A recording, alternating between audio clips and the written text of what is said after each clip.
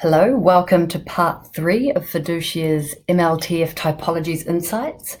In this part, we are talking about how understanding and giving real context to your typologies can cut your compliance costs and efforts. And the example I'm going to use here is something we see a lot of, and that is trusts as customers. Every reporting entity and his dog has trusts as a typology, square and center in their risk assessment and program. And yes, it is absolutely true that the AML Act says you must do EDD on trusts. And what the EDD requirements also say is that you must undertake that EDD, gathering the source of wealth and funds, to the extent that that EDD sufficiently manages and mitigates the money laundering and terrorist financing risk of that trust. Long story short, you undertake EDD to the extent with the methods that it adequately and sufficiently manages the risk, which means it's different for different types of trusts. So I'm going to give you an example of what we see a lot of with clients. We were just at a reporting entity's business, a regional law firm that had been around for donkey's years, multi-generational clients. And this partner was in his 70s, and he was almost in tears describing the immense amount of time he was now spending digging for source of wealth information for family trusts that his firm set up 4 generations ago and that he had managed ever since. He described actually going to the library, the Monaco City Library, and looking on a microfiche to try and find property listings from the 1950s.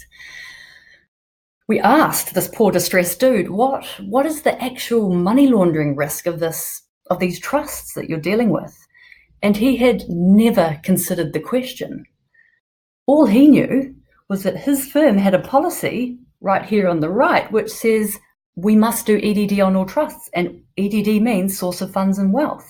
And the reason why they had that policy is because the analysis of the trust typology in the risk assessment was customers who are trusts are high risk. So when we talked to this guy about, well, okay, if these family trusts who own just one asset and have done so for multi-generations, or if these trusts are ones that are companies that you've managed for years and years and years, who would be high risk? And he could instantly speak to the fact it could be a trading trust that was established in the last 5 years, or any type of trust that had a foreign resident or controlled beneficial owner or beneficiaries, for all the reasons that we could justify with data in his business. That then allowed us to create policies, procedures, and controls that were directly targeted at those high-risk trusts. And therefore, when it got to the low-risk trusts, we were able to say, well, we actually have the source of wealth within this firm because they have set it up and managed it each step of the way. Now, this does not mean that you can just do less EDD because it's hard, or do less EDD simply because you've known your clients and customers for years and years and years. There is a real risk of being captured by your clients and being naively blind to some of the risks that they may have. You must have professional skepticism and must be analytical.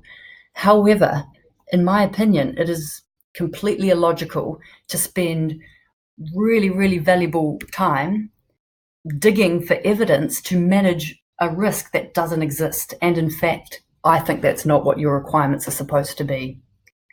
The Act is all about taking a risk-based approach.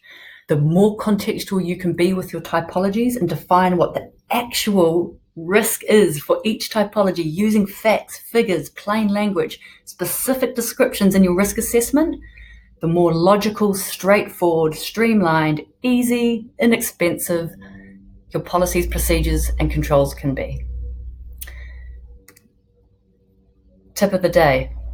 If you have a policy in your program right now that says simply, we do EDD on a generic typology with no further description, really recommend you go back to your risk assessment. See if you can refine it to be targeted about what the risk is, what that typology looks like in your business, and then be specific about how you manage and mitigate those in your program, and therefore how you control the low risk things. See you next time.